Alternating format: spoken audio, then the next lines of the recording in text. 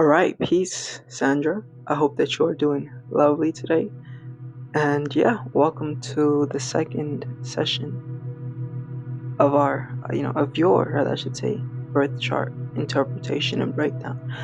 And so within this session, we are going to be discussing the 7th, 8th, 9th, 10th, 11th, and 12th house. So to get into the 7th house is the house that deals with one's give me a sec. It deals with one's relationships, especially personal, intimate relationships, right? And so the 7th house is the house that does deal with romantic partnerships, but it also encompasses business partnerships, it kind of encompasses and deals with anything and everything that is personal to you, right, in regards to relationships. And so the 7th house is a house of associations, right? And to give it more perspective, like we have the 3rd house, which is the first house of association. This is the house that kind of embodies and deals with people around you in your immediate environment that you just find yourself dealing with. And then, the 7th house, it is the 7th house, right? It is the house that more so deals with, let's say there's a person in your immediate environment and you decide to get close with them. And that's like the 7th house. Right? And that can be like your best friend, your boyfriend, your business partner. But yeah, I think you get the point. So let's move forward. And so you have your 7th house within the sign Capricorn, which thus makes your 7th house ruler Saturn. And Saturn is in Leo in the 2nd house. So to begin and decode this information, what this all means for you is, well, for starters, for starters, your 7th house being in Capricorn, right, your 7th house being in Capricorn. Capricorn is ruled by Saturn, and Saturn is a very maleficent planet. It deals with like restriction. It deals with trials and tribulation. And it in general just deals with like experiences that are kind of hard and difficult. Experiences that, in a sense, take precision and time to master. Like one of the things with Capricorn that we can expand upon is the fact that Capricorn's sign is, Capricorn's zodiacal animal is the goat, right? Specifically the mountain goat, the goat that climbs the mountains. And so with that being said, those goats that climb that mountain, they have to be very careful and very precise. It's like any slight error, mistake can lead to their downfall, right? And on top of that, these mountain goats are trained from a very young age, right? A very, very young age to learn how to climb the mountain, because their livelihood depends on their ability to maneuver these complex rocks, right? And the complexness of, I'll leave it at that. The complexness of life, in order for them to attain nourishment and all that good stuff. So let's apply all of that to your 7th house, right? Which is the house of relationships and all that good stuff. So when it comes to the energy of Capricorn, I want to say that Capricorn's strength is in its diplomacy, right? It can be very diplomatic, very, business orientated, and kind of know how to negotiate and work out deals in relationships type energy, right? But the downfall of Capricorn's energy is it can be very, very deceptive, right? Like certain things may manifest and they may appear to be one way, but they may actually be another way. This is because Capricorn is a rather selfish type of sign, and being a selfish type of sign, and selfish type of energy. A lot of the times people that have their Capricorns in the 7th house may find themselves attracting people that may be self-centered, people that may have especially when it comes to the partnerships and relationships. This is just one side of the coin, right? There's positives as well that I'll get into. But yeah, attracting certain people that may even be narcissistic, that may have their own agendas to fulfill and satisfy, but they just have learned how to play someone, right? And so with that being said, it's very important for you to leverage that cautious type of energy that's entangled and connected with Capricorn, like that reserved type of energy, right? Of being very focused and practical about relationship dynamics, right? Because Capricorn being the business sign, and this being in the house of your relationships, it may even play out as you approaching relationships via a business type of energy. You feel what I'm saying? And so that's good, but most definitely there is, I would definitely encourage a learning to balance that energy of the Capricorn with Cancer energies, meaning within the experiences of your relationships and relating with others, to also allow yourself to approach the experiences not too cold-heartedly, but also from a perspective of being receptive and nurturative and caring about the situation, right? And so this is that energy is not what you should walk around in and what you should carry when it comes to your relationship energies. But it's once you've done that Capricorn thing and you've kind of we can say qualified that this person is not narcissistic or toxic, then enable that open energy of nurturing and implementing emotion. Because with Capricorn in the 7th house, this may even play out as a lot of the relationships you being aware of, they're more cold and rigid and not so emotionally orientated, right? Like I mentioned earlier, Capricorn is very business.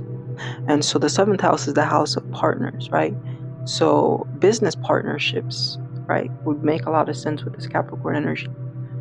And with you having the 2nd house, with you having Saturn and Leo in the 2nd house, this does indicate this energy, it fits very well with the fact that you, in a sense, probably in your life deal a lot with people that are in the entertainment industry, right? Because Leo is the sign of entertainment, and the 2nd house is the house of money, resources, personal resources.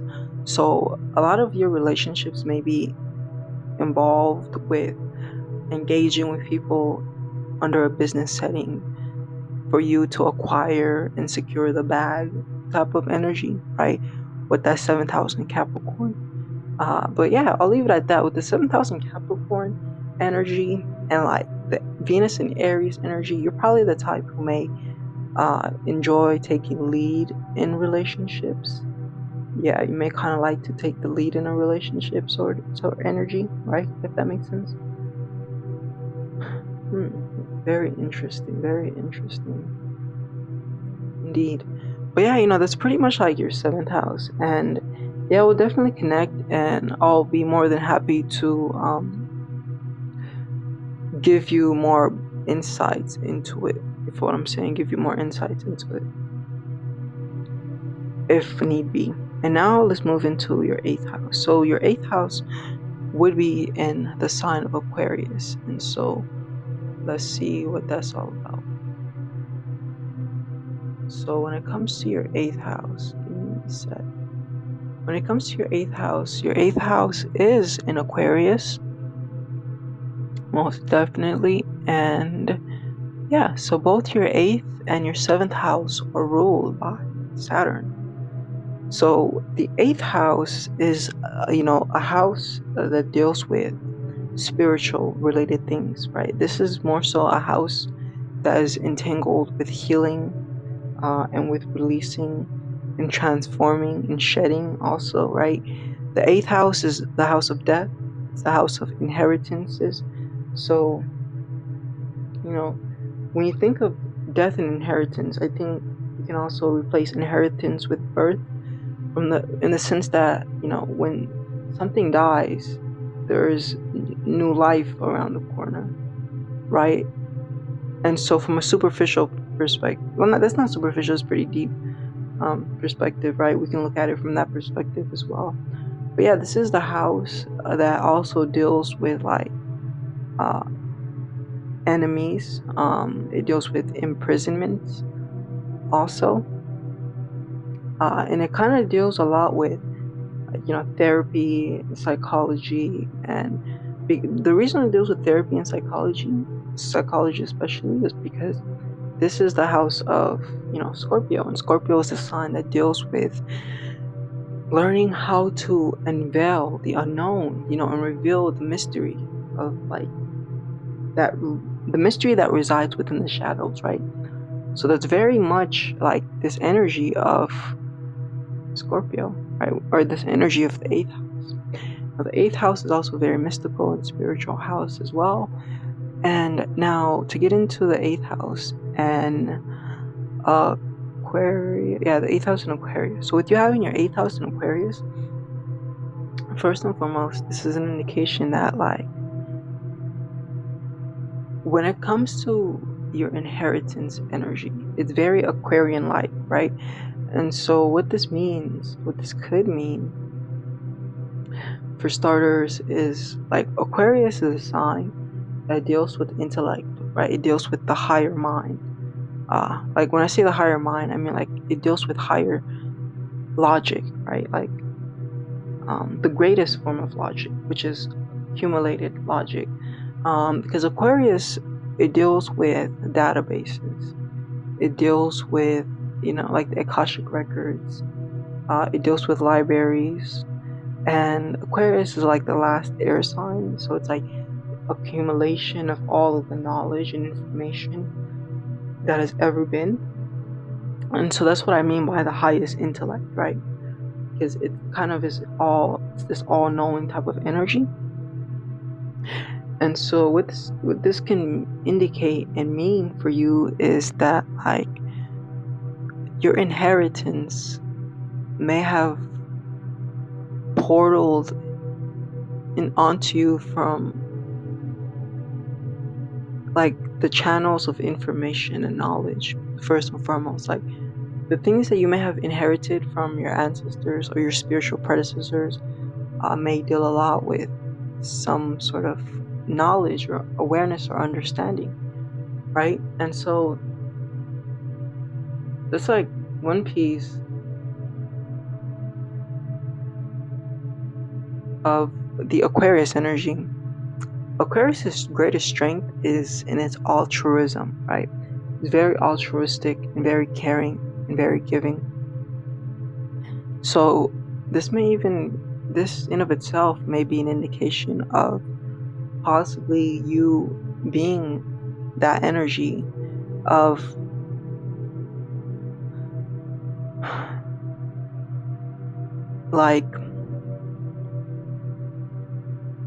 the 8th house is a house, right, that does deal with suffering, kind of trauma type of energy. And Aquarius's altruistic energy may express within the 8th house as you possibly being the type of person who may kind of want to go and give and help the less fortunate and the less needy. Not the less needy, the needy. And to get more into this, deeper into it, right? When it comes to the Aquarius energy, Aquarius in the 8th house, Aquarius is a sign that is connected to psychic energies, right? So this also may be an indication that another capacity that you may have inherited from your ancestors or your spiritual predecessors is this capacity and ability to operate psychically. And to get more into this, the 8th house also deals with public resources. And this may possibly be like the specific public resource that you may have great access to, maybe systems of network, right? So what I mean by that is possibly people kind of allowing you a way like towards accessing their networks, if that makes sense, right? Because the 2nd house deals with your personal resources, but then the 8th house deals with public resources. And yeah, that's one of the ways I can definitely see Aquarius in the 8th house playing out, as you kind of having this capacity and ability to access like networks and people and things like that. And yeah, I think I'll leave it at that. Aquarius in the 8th house may also play out in this energy where it's like the pain and like suffering type of energy may play out, like very much piggyback on your sun in Gemini in the 12th house. The 12th house is also the house of the collective consciousness, but the 12th house is the house of the collective unconscious. Then the energy of Aquarius is the energy of the collective conscious. So there may be certain energies of like trauma that may be beyond you, but in a sense entangled with like humanity, that may have been something like you may have inherited that you may need to release. And I think another thing I should talk to connect what I just said with another thing that may be closer to you, that may make more sense, is the fact that the energy of Aquarius, one of the things it deals with is like distant relatives. And Aquarius is also a very solo dolo type of energy, very to themselves. And so the way that this energy may play out, for example, like I'm pretty sure that like I don't completely know, but I would guess that a lot of your family probably isn't with you, like they're probably far away. And so the way that this Aquarius in the 8th house energy can play out is like you kind of somewhat being detached from death.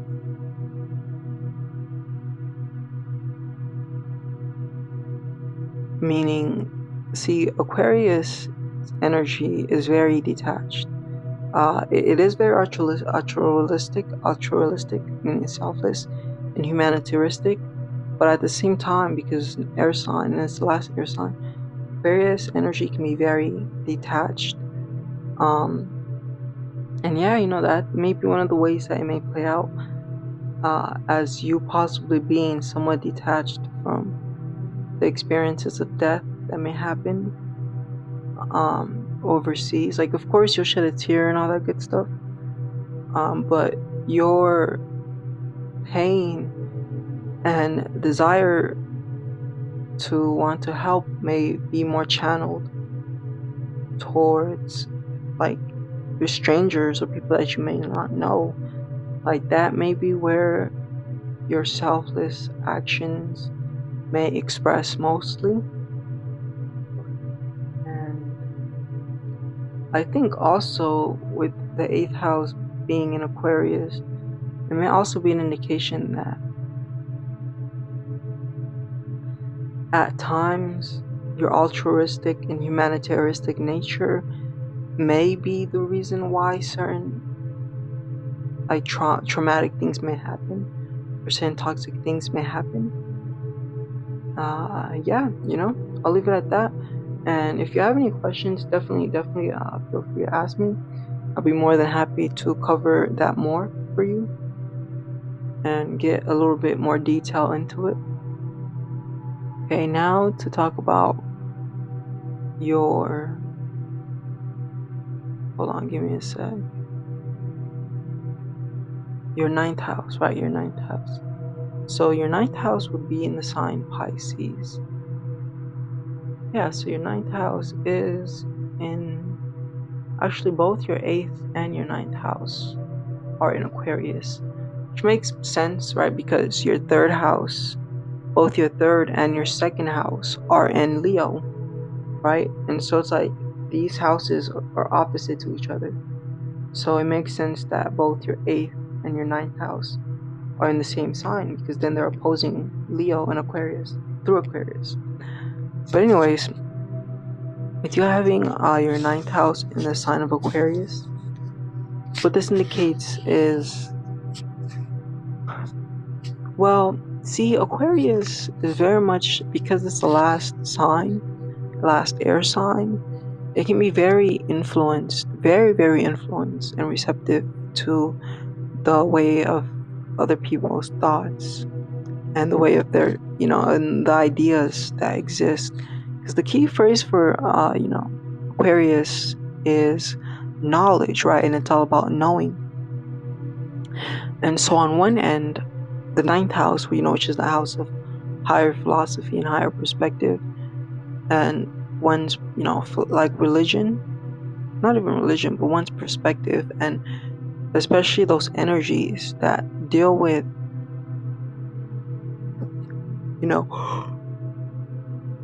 those energies that deal with what governs your ethics and morality, with Aquarius being in the ninth house. This is kind of to play out two-sided, right? On one end, being very receptive and influenced by society and by your social circle in regards to perceiving the world to an extent the way that they may perceive it. But then simultaneously on the other end, this can produce a very out of the box type of energy, very unique and individualistic perspective on reality, because Aquarius very much does deal with that as well. Aquarius is like fixed air, and when we think of fixed air, right, we can think of like the bubble, right? Like a bubble, right? Maybe this is bubble that's underwater, but like that bubble is fixed, it's like by itself, it's not going anywhere, it's just still. Or like a balloon, right? It's very fixed air. And because of that, like Aquarius, it plays in two ways of like either adapting the common knowledge of the culture that one exists in, or altogether kind of choosing, and usually the second plays out more, like choosing to be one's own person and see things the way one chooses to see things, right, for themselves. And so with the Aquarius in the ninth house, this does, like I already mentioned, bring way for a unique perspective on life. But yeah, like the first may also play out, and it may play out in a manner where like maybe in the initial first years of life, you may have kind of depended a little bit more on the common wave of knowledge and perception. Then as you got older, you kind of started to separate and even possibly rebel and start to seek truth, right? Because Aquarius is very much the sign of research and the sign of understanding. So your philosophy on life may be very much rooted on learning and expanding and researching, but at the same time, your philosophy on life may be as simple as human rights for everyone, right? Because Aquarius is a humanitarianistic sign, and freedom, right? Like believe in freedom type energy, and kind of have this perception of unity, because Aquarius does deal with collaboration and us working together. right? Yeah. And so that may be a lot of the way that you may be impacted and influenced to perceive life. And simultaneously with you having simultaneously with you having your Saturn in Leo in the second house, the way that this energy plays out and what this means is, see, Aquarius and Leo are opposite signs, and so that may have produced this somewhat restricted energy that you may have had to deal with when it comes to your perspective and your philosophy on life. Because Leo is a sign of identity, right? So may have even been this energy of you may have cultivated a certain identity, a certain ego for yourself, a certain image for yourself that may have somewhat prohibited and restricted you, possibly from truth or from seeing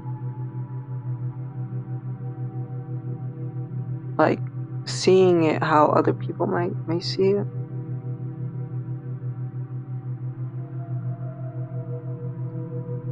I guess the way I'm trying to explain it here is Leo is kind of like the popular opinion, right? Meanwhile, Aquarius is the unpopular, weird opinion, right? That people move away from. And so there may have been this restricted type of energy of the opinions and the perspectives you may have held may have been kind of weird or alienating.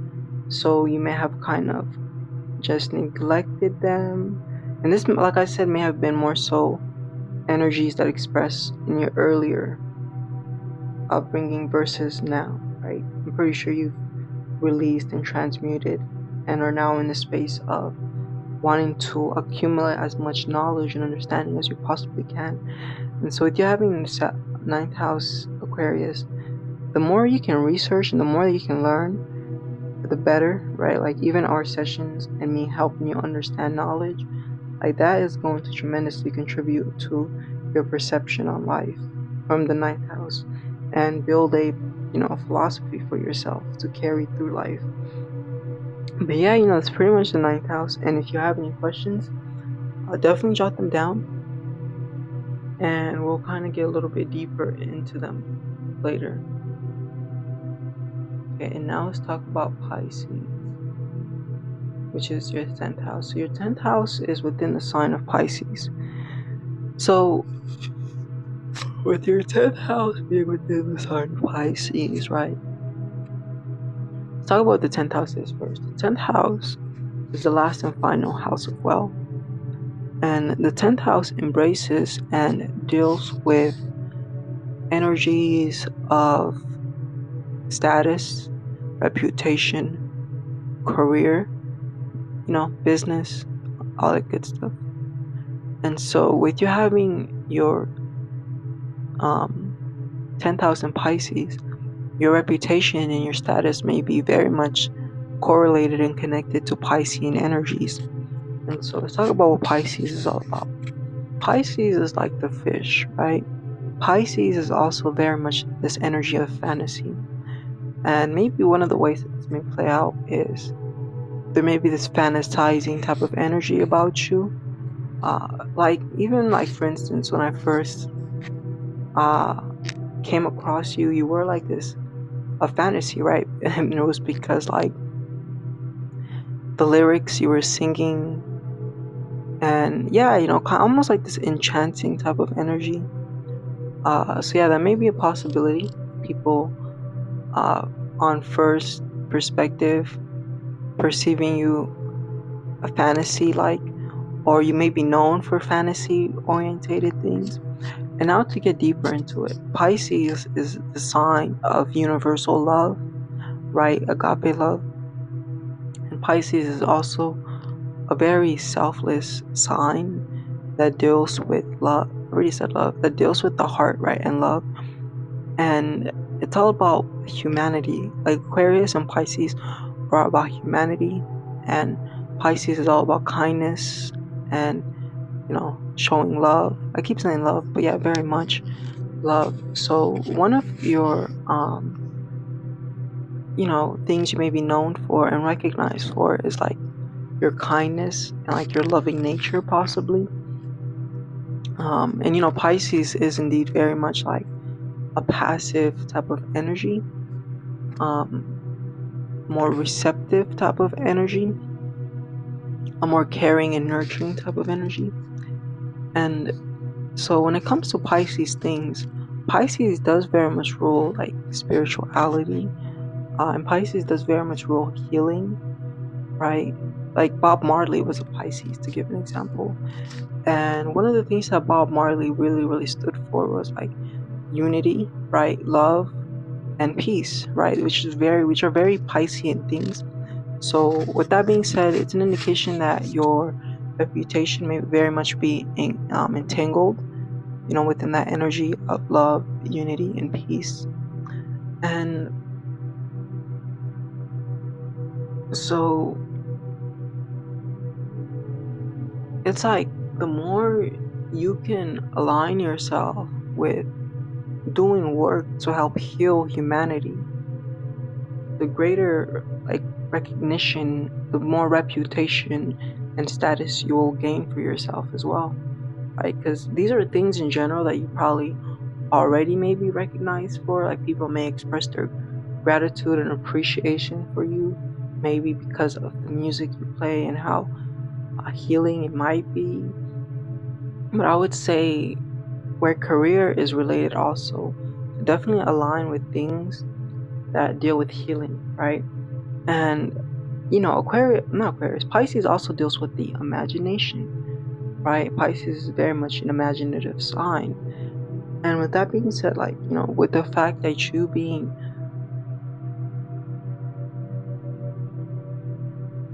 not just an artist, because Pisces is exalted in Venus.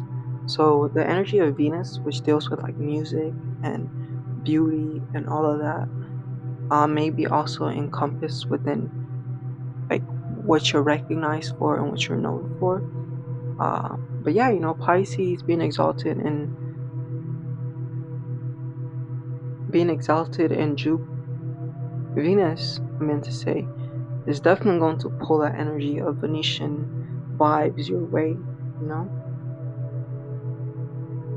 for sure. So like you being in music, it's very much in tune and aligned with your energy. Other things that may be Piscean would be like, for instance, healing, right? Being a doctor, being a Reiki practitioner, being a coach, being a spiritual advisor, or being a teacher, things like that are definitely much Pisces related as well. Now,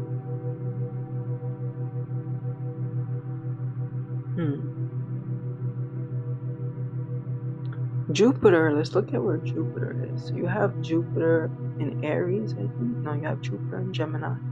So you have Jupiter in Gemini in the 12th house. So with you having Jupiter and Gemini in the 12th house, like Jupiter is definitely influence your 10th house energy to, in a sense, express through a more intellectual way. Yeah, that makes sense, right? Especially like when I say express, you have your sun in Gemini as well. So like that intellectual expression is very much prominent, right? But also with the career you choose, it's important that you tap into something that incorporates your intelligence, but not so much your conscious mind, but things that incorporate your subconscious mind. Yeah.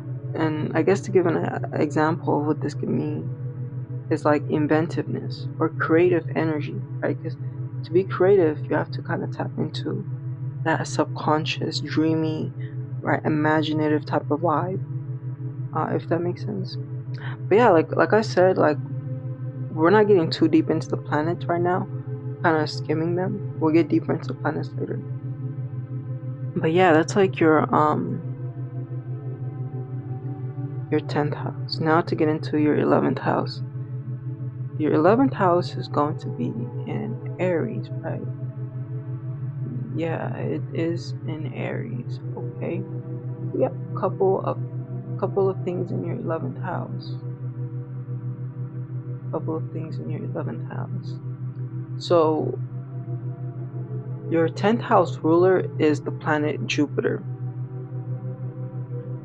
With your 10th house ruler being the planet Jupiter, it's also an indication of expansion and opportunities arising in the career life, right? And expansion opportunities where your reputation, your status is concerned.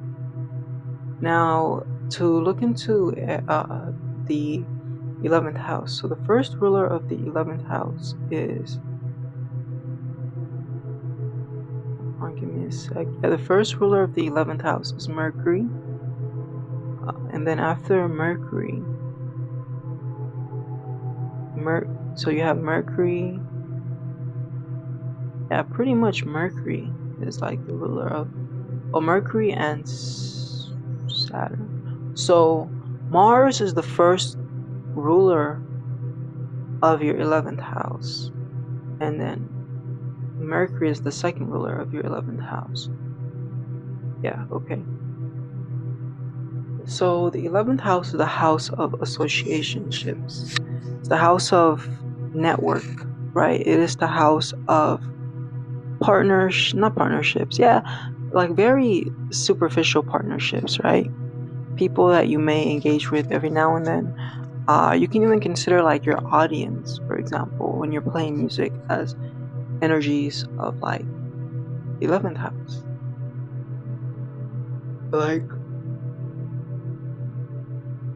11th house energy could be like, for instance, let's say you go to like a networking event and you meet someone who you don't interact with on a day-to-day, but you meet them for business reasons because this person may, let's say, have like a place you can play your music at, and your career can take off from then. So yeah, like the 11th house is like networks and social life, but not people that are close to you, but just people that are like in your further social life, if that makes sense.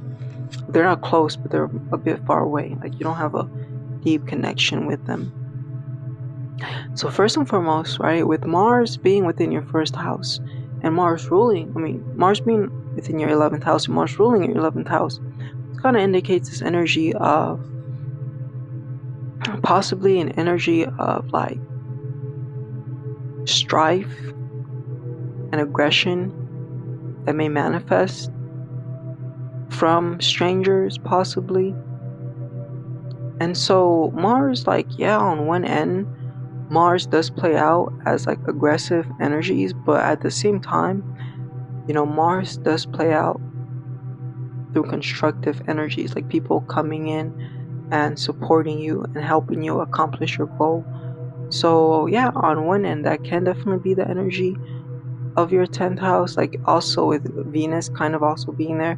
Like Venus is more in the 10th house, not the 11th house, but Venus is very close to the 11th house. So the Venetian energy is influencing your 11th house. But yeah, so first and foremost, another thing that this can express through or be an explanation of is like maybe you having like difficult experiences in social settings and networking with people and all that good stuff, and kind of preferring to be solo dolo and alone and by yourself and in your own energy, your own elements. Aries in the 11th house energy may possibly even express through, because Aries is the individual, right? So I guess another way that this may express is like you may be very independent, and even amongst your friends you may kind of feel like either you may feel this energy and this desire to want to lead them possibly, or this energy and this desire to kind of but kind of feel like you're amongst them, but really you're by yourself and you're kind of an individual. and you're not really a part of the group, right? Because the 11th house is very much the group, but then Aries is like the self, the solo dolo type of energy. And to get a little bit more into the energy of Aries is the first sign, right? So it's like one energy, and Aries' strength is in its leadership type of energy, but its weakness is in its officious type of energy. Officious meaning kind of sometimes giving unsolicited advice, or more accurately, feeling like their way is the only way and other people's way is like flawed or something like that, right? Which is another form of unsolicited advice, you can say. But yeah, so with this Aries in the 11th house, what this would mean also is that it's definitely valuable and important for you to establish yourself as a leader amongst your social circle, right? And it's like not funny, but it's like, in order for us to lead, we have to have a vision, right? We have to have a specific place to go. So yeah, that may be something that may be valuable for you to integrate with a little bit more, stepping into your individuality amongst your social peers, and maybe introduce new unique energies that are very integrated with you as an individual. You feel me? Also with you having, hold on, let me see.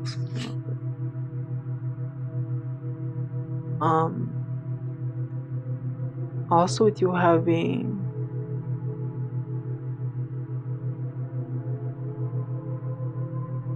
okay, so Mercury is in Taurus, not in Aries, okay? The only thing in the 11th house in Aries is your Mars. So yeah, I think I'll kind of leave it at that. You feel me? With the Mars 12th 11th house type of energy, definitely kind of leave it right there. Okay, and now to get into discussion about your 12th house. So you actually have a good amount of activity going on within your 12th house. Like we have the Sun, we have Jupiter. Yeah, we have the Sun and we have Jupiter. So the first ruler of your 11th house, of your 12th house, is the Sun. Then the second ruler of your 12th house is Jupiter. Then the third ruler of your 12th house is Mercury. Okay, so first things first. Okay, yeah. So with your 12th house being within the sign of Gemini, right? Let's talk about what the 12th house is first. 12th house is the unconscious mind. This is the house that deals with like the spiritual world as well, right? And the 12th house, beyond just the spiritual world, is also a house that deals with like certain energies within you that may be hidden from you, like certain strengths and abilities that aren't physically manifest, but more so manifest spiritually. And also the 12th house is the house of undoing, right? It kind of defines certain things you may engage in that may be self-sabotaging. And last but not least, the 12th house also is the house that embodies and deals with baggage and trauma from the past. So the 12th house, like the 8th house and the 4th house, is a psychic house as well. So first and foremost, with you having your 12th house within the sign of Gemini, a major undoing energy may be thoughts and thinking, and simultaneously there is a great capacity existent within you to learn to leverage thoughts And so when the ancients, chose the images for Gemini, they picked bears, right? And the middle of Gemini is like a dog, specifically like a race dog, you can say, a very slim, fast dog, right? To signify the speed of thoughts, but also to signify the companionship of that deacon of Gemini. Right? Gemini is very much a sign that deals with friendships, so much more personal, like friendships and friendships with the self. Because Gemini can be a lone type of energy, lone wolf type of energy for sure. But anyways, that's one of the things with the Gemini 12th house. It kind of signifies that the bear capacity for thought. Like, they picture thoughts as bears because a thought has an ability to lift and change so much. Like, it's very powerful. So there are these capacities for you mentally to be able to, tune in and utilize and leverage your mind that you may not completely be aware of. You may kind of be on the surface of it, but you're learning, right, about it as well, for sure. But yeah, so with the 12th house being in Gemini, another energy that may incline towards self-undoing is like the negative way of the mind and thoughts, the negative use of the mind and thoughts, right? And this can be like anxiety, overthinking, and overanalyzing, and all of that good stuff, right? Not good, but you know what I mean. So another thing with Gemini in the 12th house, because this is also hidden strengths, your mind is a very powerful tool of yours, but you may not completely be aware of just how powerful it is and the ways that you've used it. Because the 12th house is like the unconscious house. So when it comes to Gemini energies, Gemini may be the things you may be somewhat unconscious of and unaware of.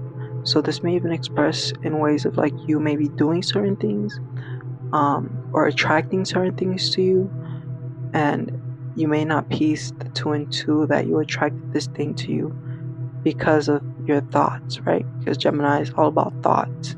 That's the key word for Gemini, thoughts. And key phrase, or its affirmation, or rather I should say, is I think, right? So a lot of what you may think and ponder upon may be certain energies that, because the 12th house being the house of the unconscious, like the collective unconscious in general, also you may find yourself engaging in thinking certain thoughts that you may have just picked up, like with you having your sun in the 12th house but you're ascended in Cancer. This does make you a rather mediumistic person, meaning makes you very influenced and receptive rather I should say, the energies around you and the thoughts around you. And it does making you a little bit sway type energy in your perspectives and in your thinking, especially in your thinking. So yeah, it's important to be cautious and protective of your energy, protective of your space, and making sure that you allow certain things in and prohibit other things from coming in. And okay, another thing I will say about this energy, Gemini in the 12th house, is that, right, this is the house of imprisonment in an institution. So it's important for you to ensure that you're not thinking thoughts that may build a prison for you, like not making your mind into a prison as a result of the thoughts you think and the thoughts you have, but rather allowing yourself to free your mind and free your thoughts, right? And another thing I'll say is getting into like things like meditation, self-hypnosis, the Silva method, especially the Jose Silva method. These are all things that can be beneficial for you. These are all methods, and also Joe Dispenza's work, his walking meditations.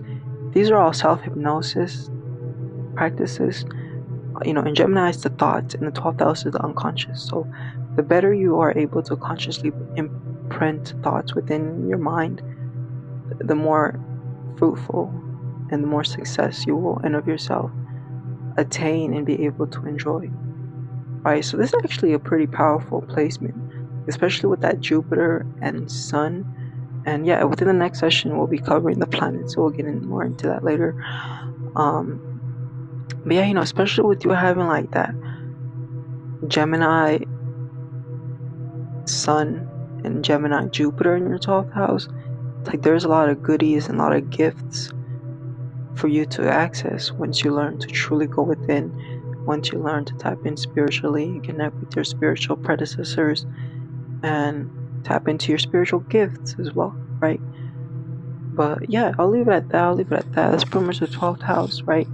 And I'll also say that certain baggages that may be carried may possibly be connected and associated with restricted beliefs revolving around one's intellect and one's mind.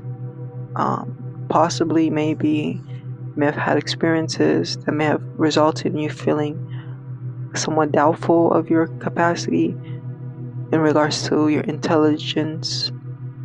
And so that may be one thing you may need to release and learn to embrace your intelligence and release this false idea that you may not be capable of intellect.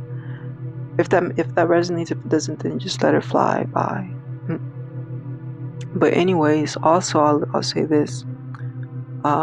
Gemini, another thing with the energy of Gemini is environment, right? It deals a lot with environment. So there may be certain, especially mental environments, that you may carry with you to this day.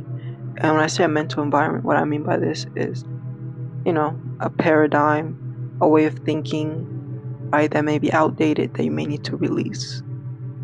The way that the baggages will manifest is through the Geminian energy, which is all about thoughts. Feel me? All about thoughts and all about the mind.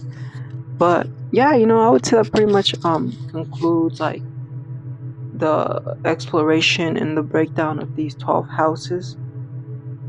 And next we'll look into your planets. First we'll look at Sun, Moon, and Mercury. Then we'll look at Mars, Venus, Jupiter, and Saturn. Yeah, and then we'll go on from there. But anyways, peace. Definitely share with me your thoughts, and I look forward to hearing from you, hearing your feedback, and all that good stuff. Alright, peace.